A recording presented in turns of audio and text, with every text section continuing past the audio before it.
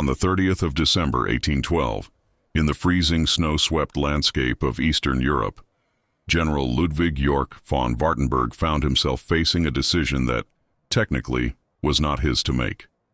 His Prussian corps of roughly 15,000 men had marched into the Russian Empire earlier that year as part of Marshal MacDonald's 10th Corps.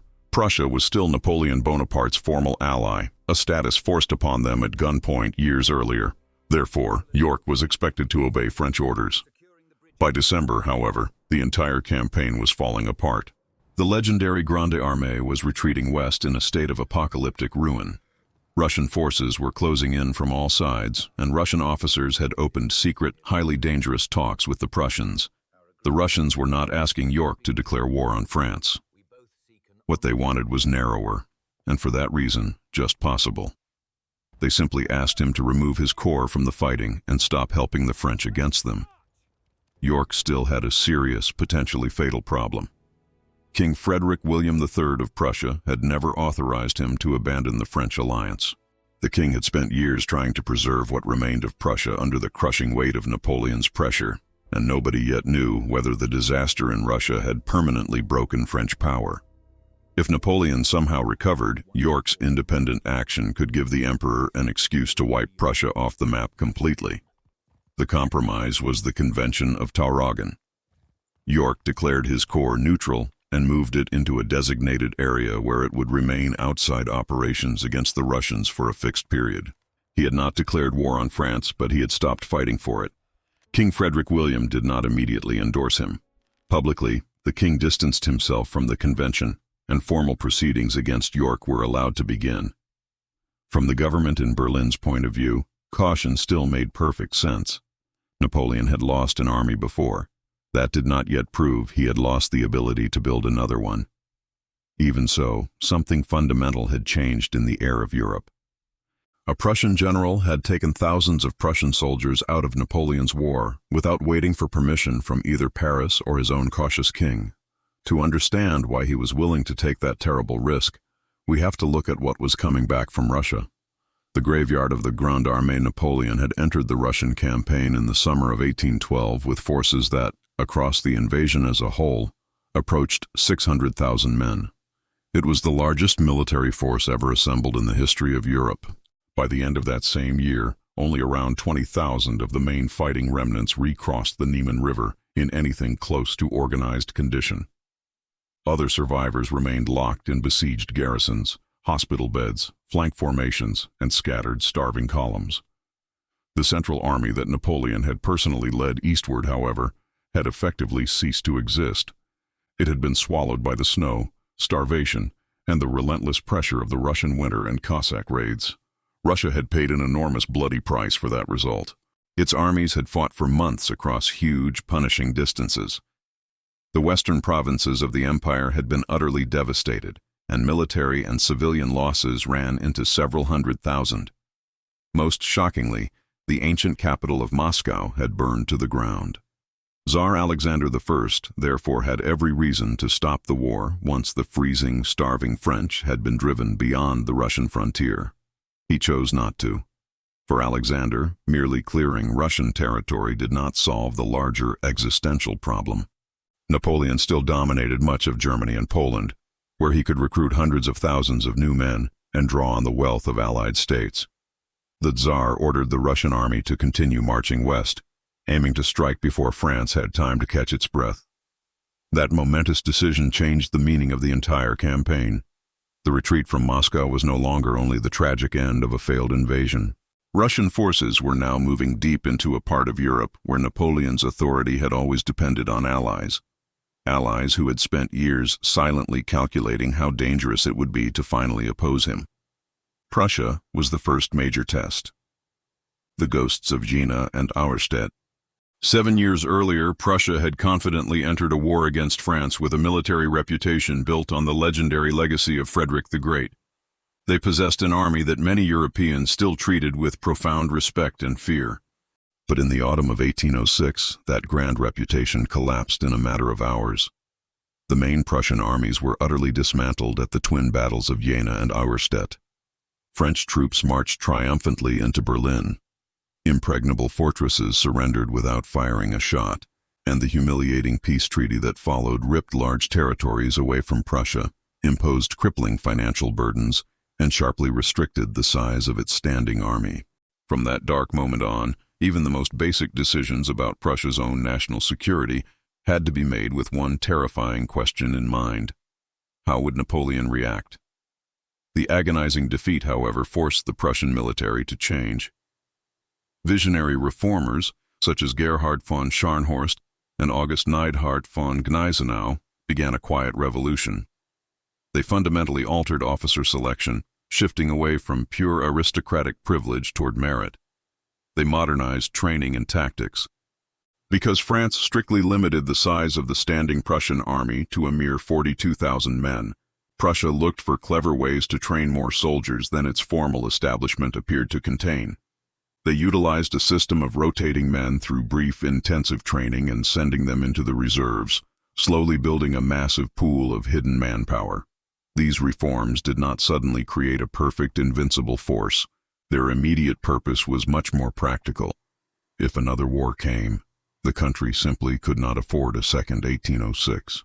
Yet, as 1812 began, Prussia was still trapped inside Napoleon's continental system. It was forced to supply troops and resources for the invasion of Russia. General Yorck's men had marched east as reluctant auxiliaries of the exact same emperor, whose army had occupied their capital. That is why the news of Yorck's defiance at Tauroggen traveled like lightning through East Prussia. Once Russian troops crossed the border and entered the province, the simmering anti-French feeling became absolutely impossible to contain. Local authorities began raising men without waiting for royal decrees. Passionate volunteers appeared in the streets, and local land defense formations rapidly expanded. King Frederick William had initially refused to support Yorck openly, but he now faced massive pressure from below, as well as from the advancing Russian army. Waiting carried its own terrible political risk. If he did not lead his people, they might rebel without him. On the 28th of February, 1813, Russia and Prussia formally signed an alliance at Kalisz. Prussia committed a large field army and prepared a nationwide mobilization. The two states also agreed on a vital condition: neither would make a separate peace with Napoleon. Russian troops marched into Berlin in early March, greeted as liberators. On March 17th, Frederick William finally crossed the Rubicon. He issued a famous proclamation, "And mein Volk," to my people, and Prussia openly declared war against the French Empire. For Tsar Alexander, this new campaign was a strategic continuation of 1812, but for many Prussians, it was something far more personal. They were going back to war against the power that had slaughtered their brothers, occupied their capital, and reduced their proud kingdom to years of humiliating dependence. They did not need to be told what 1806 had cost them. The burning question was whether the army they had secretly rebuilt since then could now survive another meeting with the greatest military commander of the age. The expanding coalition Britain had been fighting France for years, dominating the oceans and tying down major French resources in the Iberian Peninsula under the Duke of Wellington.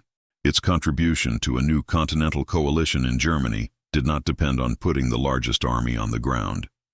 Instead, Britain provided the lifeblood of the war effort: staggering amounts of money, weapons, ammunition, and secure maritime access to supplies.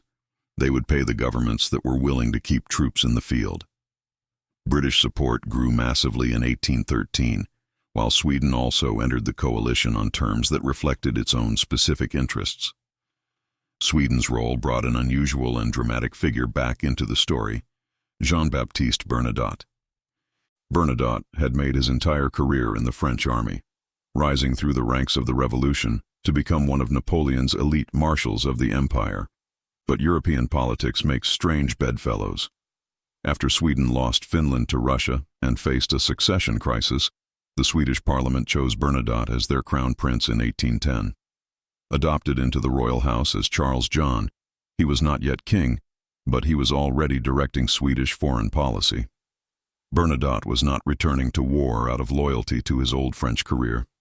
Sweden wanted to conquer Norway, and Britain was prepared to support that goal while heavily subsidizing Swedish participation against France. Bernadotte now found himself preparing to lead armies against the very country whose military had first made his reputation.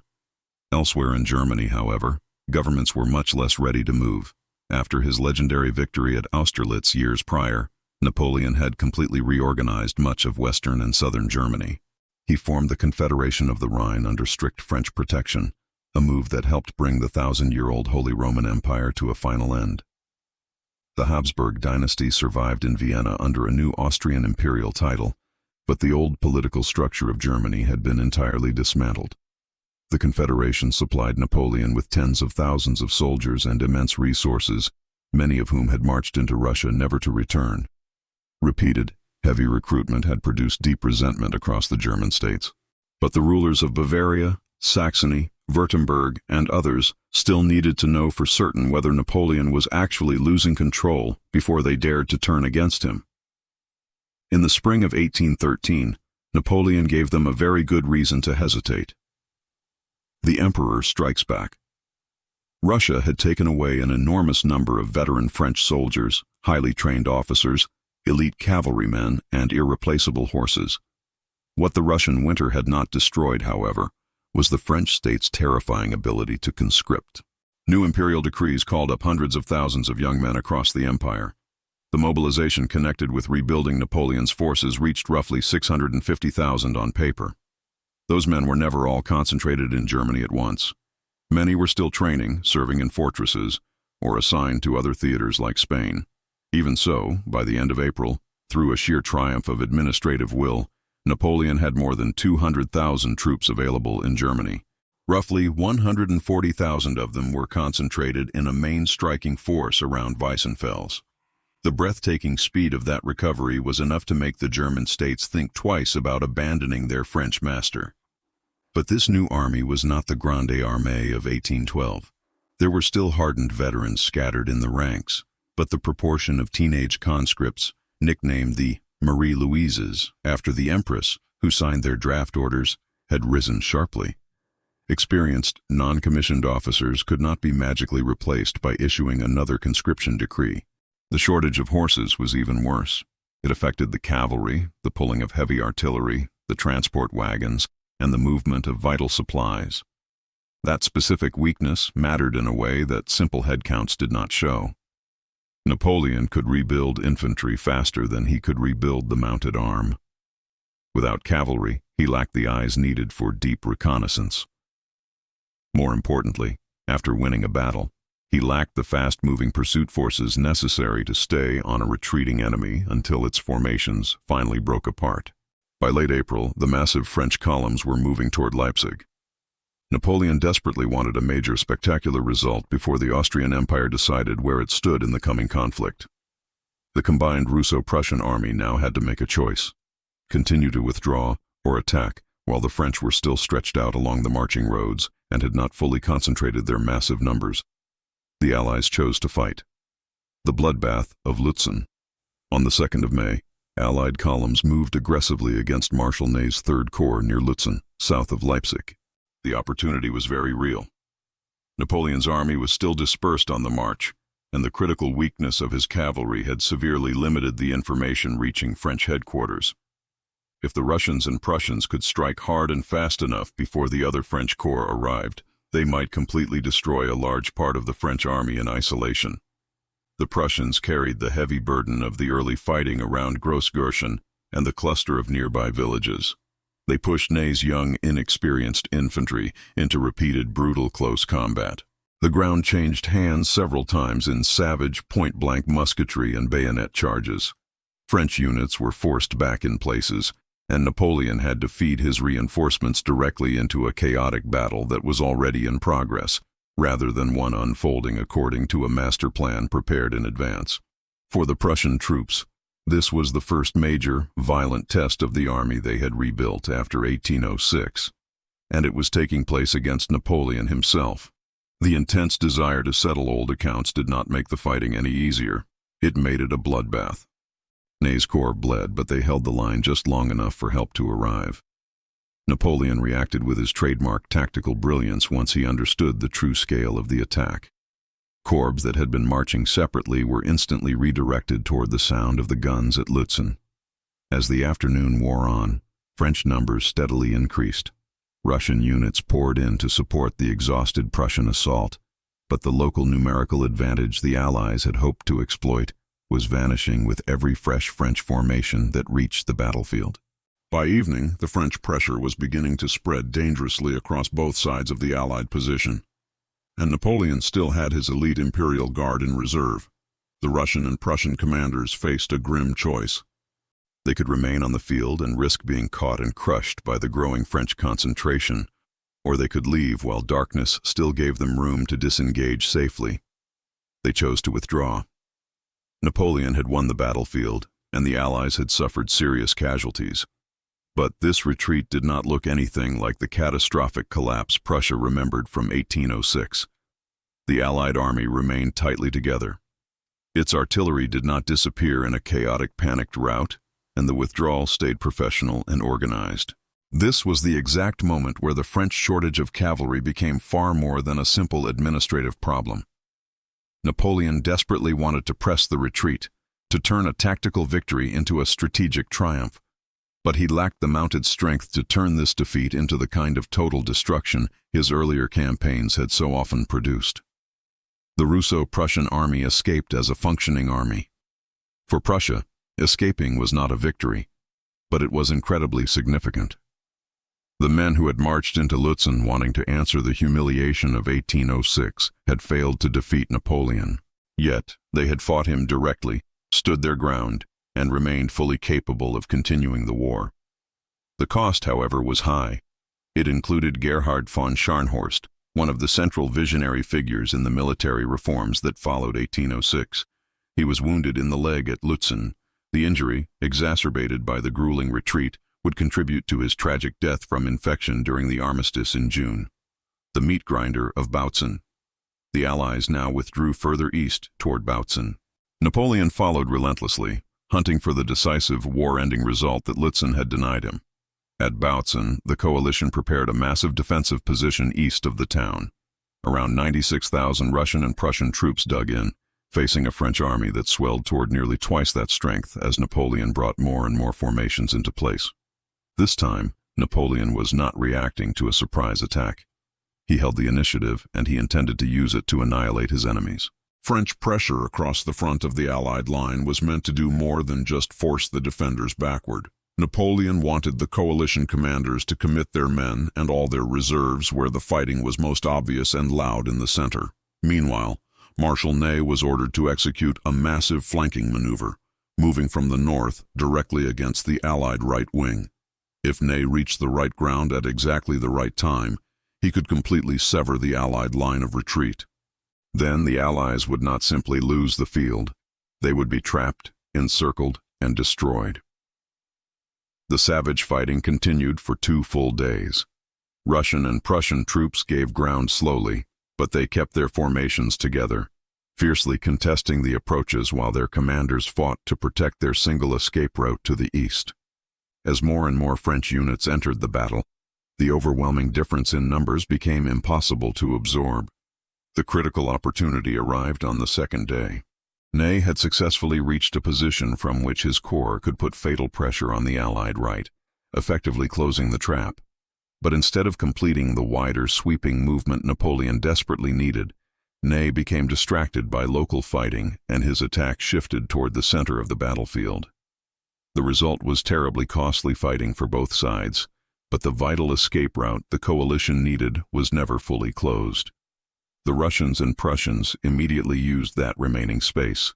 Their superior cavalry and highly competent rearguards helped cover the withdrawal, bleeding the advancing French at every step. By the end of May 21st, Napoleon controlled another battlefield. The ground was littered with tens of thousands of dead and wounded. Yet the army he wanted to destroy was still moving away in organized, defiant form. He had beaten the coalition twice in less than 3 weeks and driven them far to the east. That looked incredibly impressive on a map in Paris. But strategically, the central problem remained entirely unsolved. The enemy army had survived both defeats. The eastern path remained clear for Prussia. Bautzen also forced a deeply uncomfortable conclusion upon the Allies. Their military reforms had produced an army that could take heavy, brutal punishment without falling apart, and their soldiers' desire to fight France was no longer in any doubt. But neither of those things made a frontal, head-to-head contest with Napoleon Bonaparte a reliable way to win the war. The man was still a tactical genius on the battlefield. The coalition desperately needed time to rebuild, to rearm, and to bring another great European power into the struggle.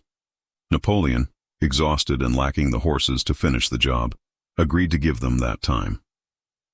The fatal truce. On the 4th of June, 1813, the guns finally fell silent under the armistice of Pleaswitz.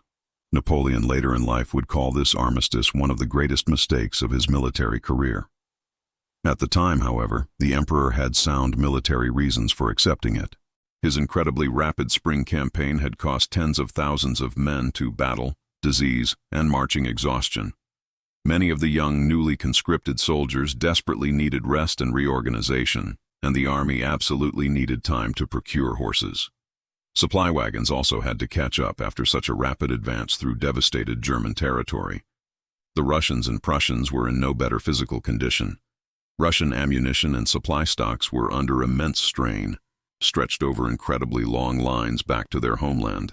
Meanwhile, Prussian leaders had to seriously consider what territory could still be defended if the retreat continued any further east.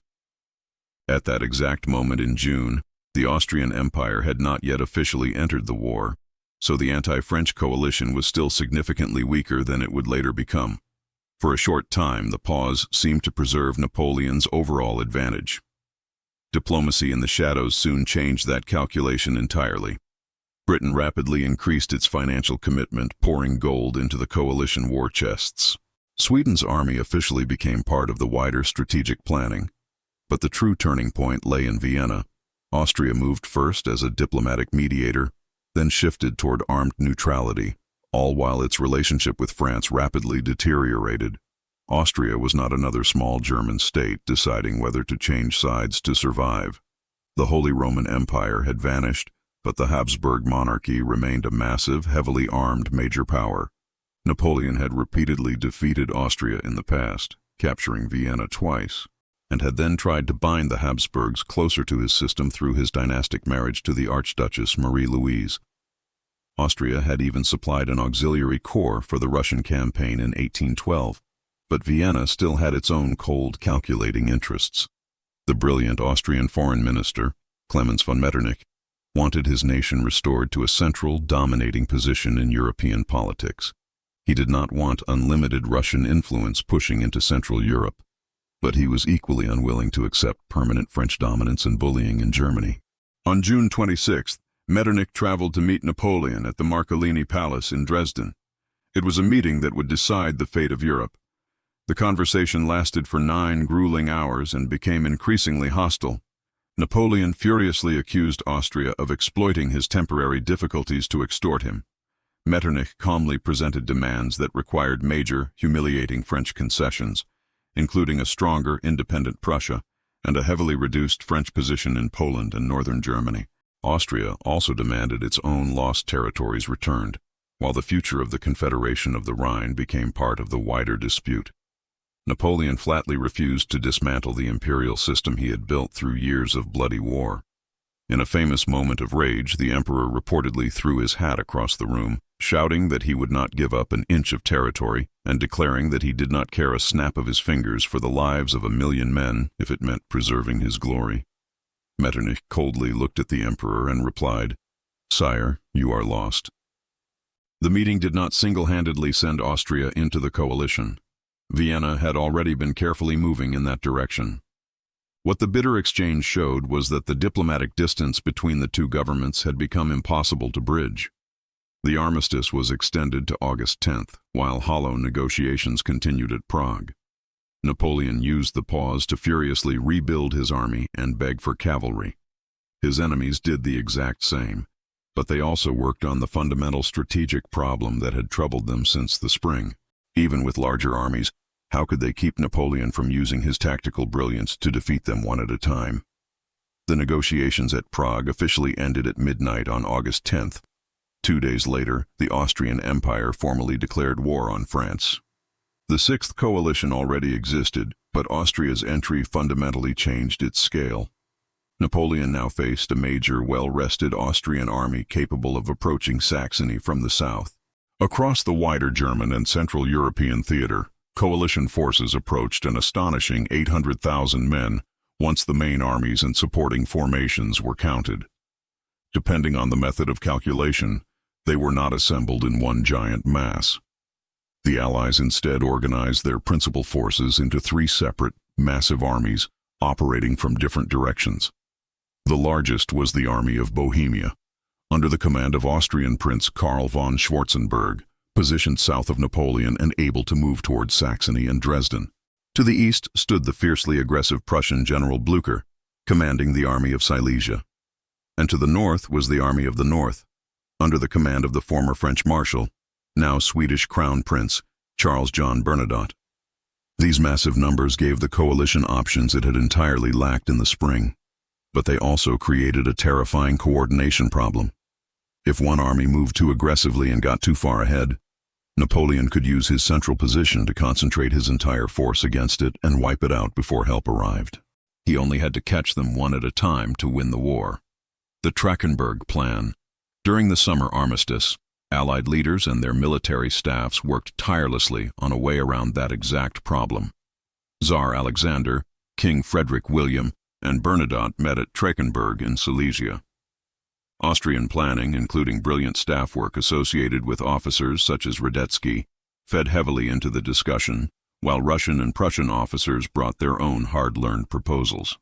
The important point was not who ultimately claimed authorship of the idea. The Allies were all converging on the exact same operational rule. They would stop offering Napoleon the kind of grand, decisive battle he desperately wanted. Whenever the Emperor arrived in person on a battlefield, the Allied army facing him would immediately give ground and retreat, rather than risk a decisive engagement against his genius. While Napoleon followed that retreating army, the other two Allied armies would immediately aggressively advance, operating against his less talented marshals, destroying his isolated corps and cutting his vulnerable lines of communication. When Napoleon inevitably stopped his pursuit and turned around to deal with a new threat, the pressure would immediately return to the ground he had just left. On a map, the strategic logic was beautiful and cold.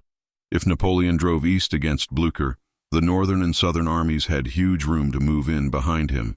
If he turned south toward Schwarzenberg, Blücher could instantly advance again. The Allies realized they did not need to defeat Napoleon every time he appeared. They simply needed to make sure his physical presence in one place no longer settled the entire campaign. For the Prussians, adopting this strategy required a psychological change that went far beyond military organization. The deep anger and humiliation that had built since 1806 had helped fill the ranks with passionate volunteers in 1813.